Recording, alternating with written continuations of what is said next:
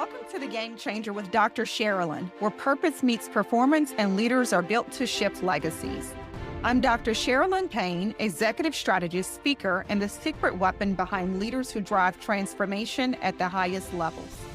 Each episode delivers bold truths, power skills, and real-world strategies to help you lead with precision, show up with presence, and build the kind of influence that outlasts trends.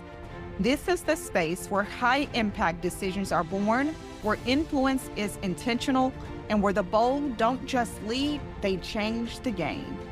So if you're ready to rise, ready to lead, and ready to create the kind of impact that moves markets, missions, and minds, you're in the right place.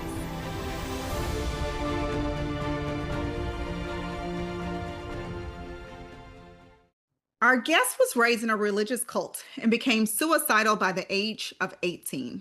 He ran from the pain, joined the Air Force, and served 2 combat tours in Iraq. But when he came home, the mental war raged on. Anxiety, depression, divorce, and a life stuck in the comfort zone. After hitting rock bottom, he fought back, pursued his dream, and became a successful live TV director. Now he helps people break free from mental prisons and finally live the life they were born to lead. Please welcome Logan. Logan, I appreciate so you. happy Beautiful to introduction. have you here. Absolutely. Wow. Thank you for having me. You're welcome. Happy that you joined us. I have so much for us to jump in, and I'm trying to figure out where do I want to go first. So why don't you tell us a little bit about your story? Sure. As you mentioned, there were some struggles growing up. I grew up on the south side of Chicago to a single mother. She did her best, but there was a lot of things. We had things that we needed, but not everything. And um, unfortunately, our family got caught up in a religious cult where it was super restrictive as a child. I wasn't able to enjoy chocolate. I wasn't allowed to watch cartoons, play sports. I wasn't allowed to participate in gym class. And we didn't celebrate holidays. So as a child, it felt kind of at every crossroads really restrictive. And as you mentioned, by the time I was a teenager, it wasn't that I was really trying to be the coolest kid or have the newest shoes. I just wanted to be normal. I just didn't want to be so different. I wanted to go to gym class. I wanted to watch cartoons and just be normal. And I really struggled mentally with that. Um, I remember leaving church one Friday night and stepping onto the street and visualizing this truck that was coming down the street and thinking, probably wouldn't be so bad if I just ended it. And I still to this day don't honestly know how I got through that particular situation. I know that I can imagine that my mother would have probably kicked my butt from beyond the grave for giving her more trouble for for Absolutely. Yes, yes. so, but fortunately, I made it through that situation and joined the Air Force, and it really kind of was my transformational part of my life to move forward and be a part of something bigger. Unfortunately, at the age of 26, 27, I found myself in Iraq supporting a mission and an ethos that I didn't really resonate with, but I was too young to understand when I joined. And so at the particular base that I was at, Joint Base Balad, we got attacked 7 or 8 times a day with mortars, small arms fire. I experienced so many of my friends, coworkers, that didn't make it back, and nobody made it back the same.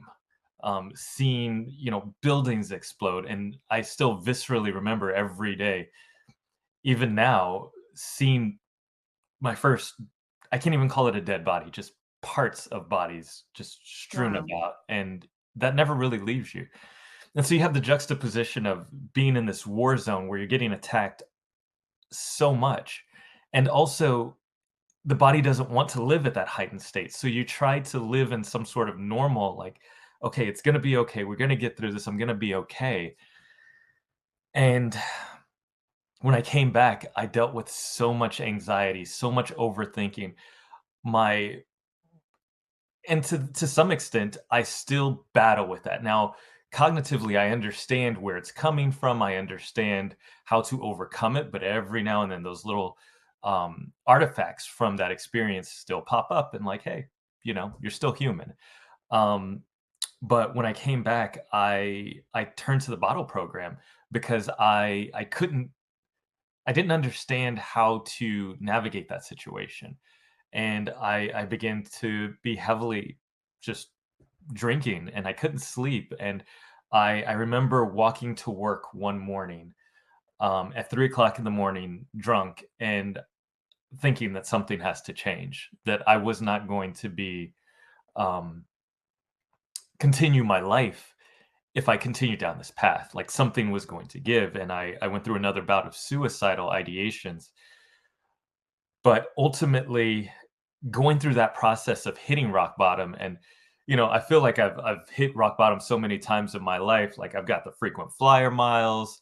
It's like rock bottom resort, casino, and spa. Everybody knew my name when I walked in. Like I am familiar with rock bottom. But thankfully, I knew that because I made it through Iraq and so many people didn't, it was I had this new lease on life that everything else was bonus. And so I couldn't live in my comfort zone.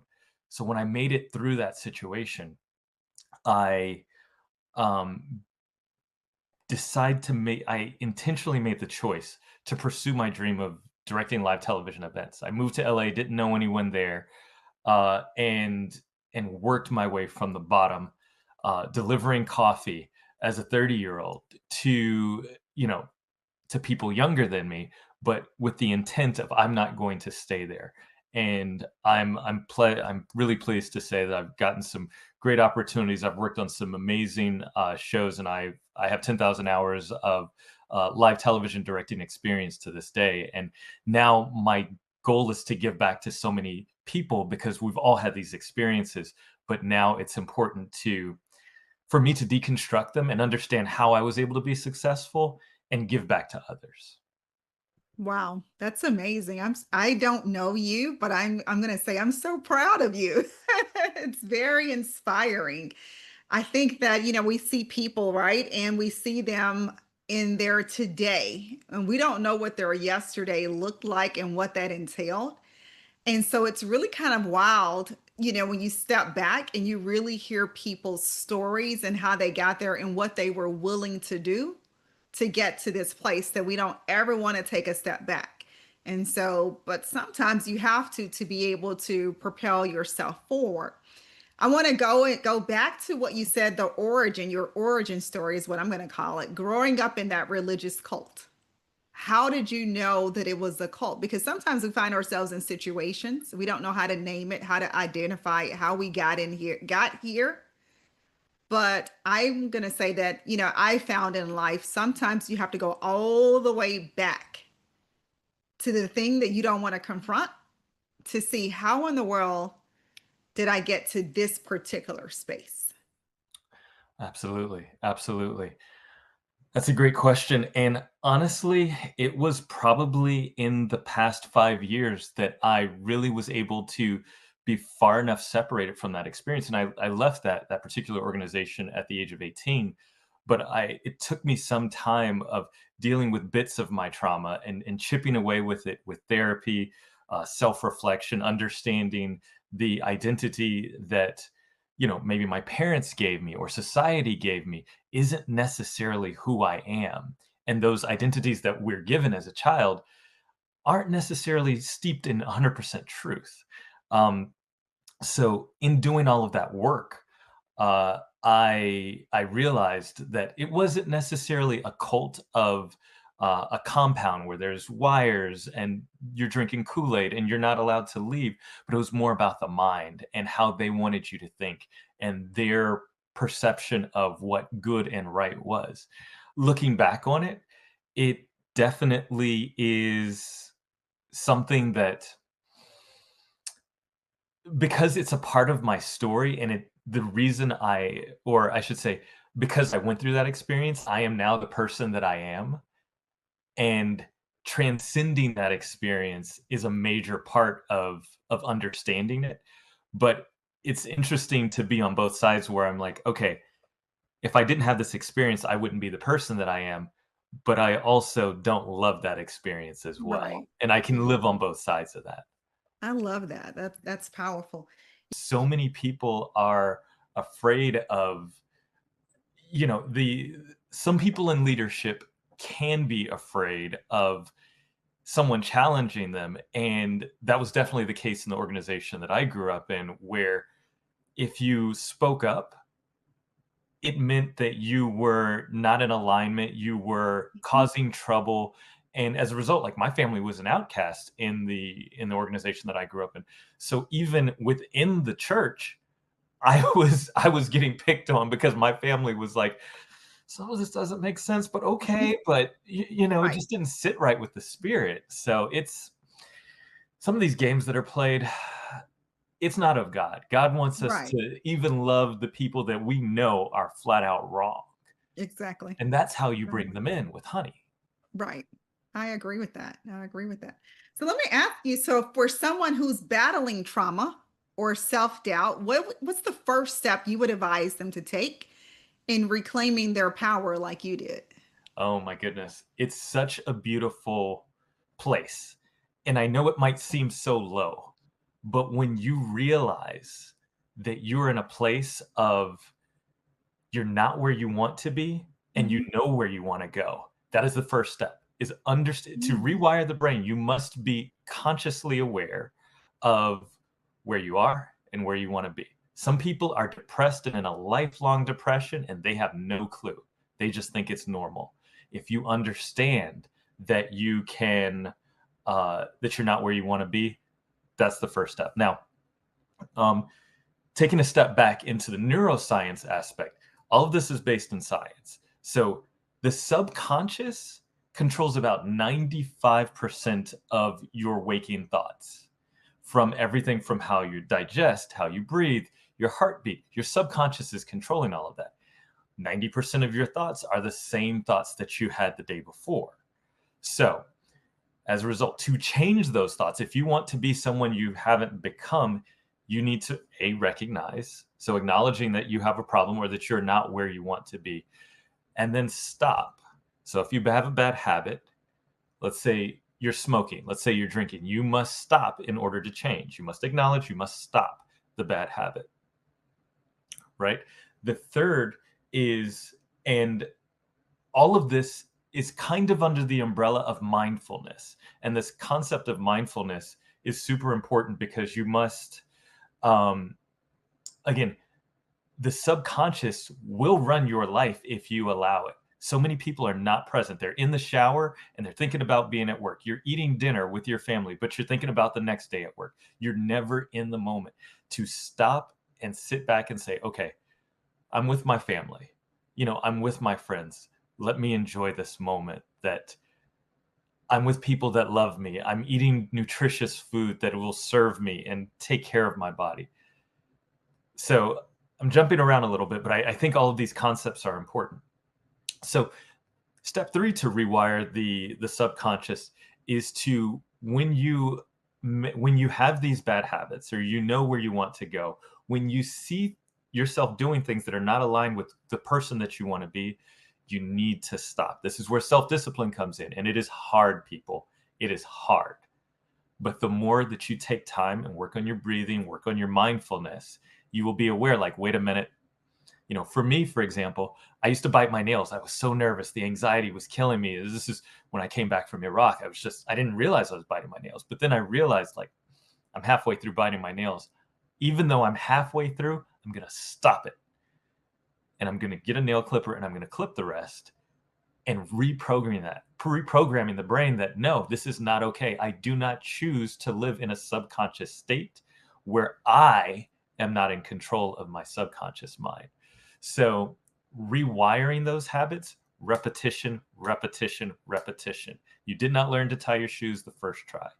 You didn't learn to tie them the second time. You didn't learn to ride your bike the first time. But the more you reinforce the positive thoughts, the positive feelings, you feel better. Like, you know what? I didn't bite my nails all of them to bits, and the skin around them and everything else, because you stopped, that's a win. You're flooding your conscious or your brain with endorphins that say, yes, I did the right thing. I'm on the right track. That gives you more power the next time you come confronted with the thing, the bad habit or the limiting beliefs. You know what? You can do it. You've done it before. You can do it again. We've all done hard things. You must remember that you've done the hard things and that you too can accomplish or work through this other thing that you're transcending beyond. So let me ask you, you bring up a great, I'm going to say framework model, but for the people who feel like they can't stop. I know some people who will soar up and down. They cannot stop. That's a great question. That's a great question, and it's real. Um, to them, I would say to be someone who you've never become, you have to do things that you've never done. I I've been suicidal multiple times in my life. I've been at the brink. And in order for me to become the person that I am, or to become my future version of myself, I cannot do those things that have kept me in limiting beliefs or in those thought patterns that rule your life. You must do things that take you to a different place. You can't hang around the same negative people. You must reinforce positive thoughts. You cannot um, live in that same mindset. So I bring up my suicidal ideations because in so many ways, I I've attributed it in my framework, in my mental framework, that I had to die. The old versions of me, the the suicidal teenager had to die to make room for me to be a productive member of the Air Force, to be present with my daughter. The person that came back from Iraq had to die to make room for me to be a live television director. Think about this way. In order for you to um, if you have a home and it's filled with furniture and filled with all of these artifacts from your history, you cannot bring in new furniture, new memories, new framework with the old furniture. You have to make room. You have to deal with your trauma and make room for the new person that you want to become. It is possible. People do it every day, but you need to find a support system. Support system's huge to make room for that person that you want to transcend and become. Love it. Okay, so you bring me to the next point. You Please. mentioned support system is huge. So how do they find this support system? Maybe they're around, negative people, or they're isolated, or they are, kicked out of their community for whatever reason. They spoke up and now they're kicked out. So how do they intentionally find community? And I ask this question because the work that I do, I've worked with a lot of men, and they will swear on their life that they don't have community, or men don't talk about these things that they're going through. And you got to find some friends. You got to do the We legwork. are right. You got to do life with somebody. So how do you say that? And even with women, I hear women say it drives me crazy. This what's the saying that people say? Oh my gosh, it drives me up the wall every time. No new friends. No new friends. That new friend could be your best friend. And so you're, the person who's in your life, I like to say your destiny helper, and you're saying no new friends, and you have no idea how that new friend could lead you to the best parts of your life. So what advice would you give? It's a very real concern, I will say. There is stigmas with males and females, and I go back to identity. The things that our parents or society has placed in us, what it means to be a man. What does it Mhm. mean to be a real man? What does it mean to be a real woman? What um these limiting beliefs that, oh, I can't make new friends. I refuse to do that. Or they're going to judge me. All of these are mostly inside your own head. I hate to say it. And Mm, the brain, it brings me to one of my favorite topics. The brain is meant to keep you safe. The right. brain its function is to keep you safe, not transcending and expanding your horizons and doing the thing that is uh, not in your personality, public speaking, uh, trying out for something that you haven't done before, whether it's a new job, asking for that promotion, leaning into that. To do all of these things, you must confront these beliefs and realize that the world is full of people that want to connect. Mhm. But if we all stay at home, you'll never meet these people. Please get out, get some fresh air, go to the park, meet people, just get out.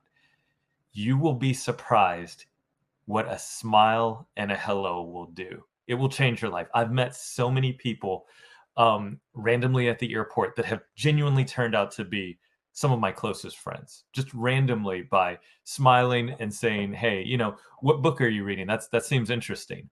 Um, Everyone has a story. And believe it or not, we are more connected than you believe. We've all had we're all connected in the universe. We're all children of God. We've all lived and shared this experience in life. We all have pain, we all have scars, we all have trauma. But we get so caught up in like keeping with the Joneses and keeping this professional or polished look that we forget to be vulnerable. And that vulnerability is what makes us special to other people by bearing all and sharing, like, you know what, I am a real person. And today it was not a great day. Those things are what, those authentic characteristics are what attract other people to you. Not, oh, yes, I, of course, sold my multi-million dollar business today and I'm going to vacation in the Caribbean on my yacht. Like, great. Like, you know what I mean? But let's have a real conversation. That's where you're going to find your closest people, genuinely. That's true. It's so I love that you share that. I'm thinking about I was doing something a few weeks ago, and I was talking to this guy. I don't even remember why we were meeting, something for business, but we were meeting, and whatever he said, I think he asked me, had I ever cried, or I mean something so crazy. And for whatever reason, I was sharing that something happened and I was crying, Excuse bless me. you. And he's like, you, and I've known him, just for a few short months, right? But in these few short months of us seeing each other maybe once or twice a month, when, maybe I'm going to say maybe since April, maybe twice a month because we're in a club together. And he's like, you cried? And I was like, dude, who do you think I am? And he's like, I just always have this idea when I've seen you that you would just be a person who would never cry. And I was like, but who do you think I am? Like, what story have you created, or what am I displaying that you believe that I am not human? We all live this life. We all, walk this journey. We have good days, we have bad days. Some of Come us, on. depending upon the time, may have more bad days. But just because Indeed. you don't look like what you've gone through or what you are going through currently doesn't mean that you don't cry. Exactly. I'm a firm believer. God will put someone in your Mm, life that you can speak to, that you can divulge and just pour yourself to in human form, in flesh. But you also have to be open to it. Going back to your previous question about guys not feeling connection, that's what it's about. That's what it's about. Um, Not necessarily self fulfilling, but taking care of your fellow brother. that's good. That's good. So let me ask you, what's the one action someone listening right now can take to change their life? I want to ask you that question. Great question. Um, there's so many tools out there on the internet. There's so much, so many great speakers, so many great people that are offering solutions. But I think the one that everyone possesses that doesn't cost you a dime is working on your breath work. You breathe hundreds of times a day, but really understanding uh, how to manage your own breath work and how your breath can calm your amygdala, calm your anxiety, calm your blood pressure in a matter of moments. It doesn't even take a full minute. So I invite you at home to join me. What we're going to do is what's called what I like to call a 4-5-7 breath. So we're going to inhale through our nose for 4 count, hold it for a 5 count if you're able. I don't want to get in trouble with any physicians out there. Hold it, don't pass out on me now. Hold it for 5 seconds or thereabouts and let it out through your mouth for 7 seconds.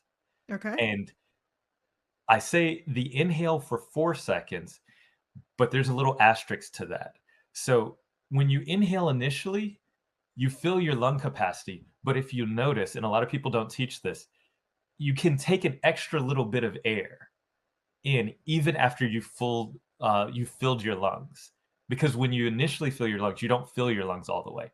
But when you add that extra little bit, it really engages, and you'll feel the pressure building up in your skull, and it's activating all of the parts of the brain. And as you release it, you're releasing, and you need to visualize releasing all of the negative energy, the toxic cares of the day, the devil, all of the wares, and let it out. So we'll do a 3 count, or sorry, a 4 count, and a little at the end. Okay. So Okay. ready, set, inhale, and a little bit more. 2, 3, 4, 5, and exhale. 2, 3, 4, 5. And I don't know about you, but I just got chills doing that. It just calms all of the senses. If you're in a Wow. highly stressful situation at work, no one has to know.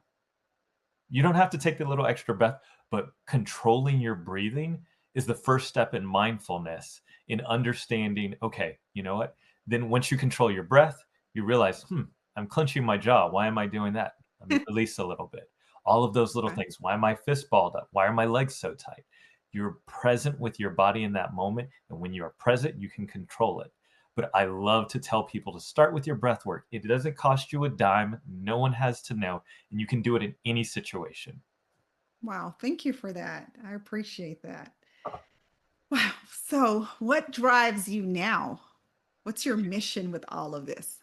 My mission is to give back. I've been through so many wild and crazy and really interesting experiences on every side of the spectrum.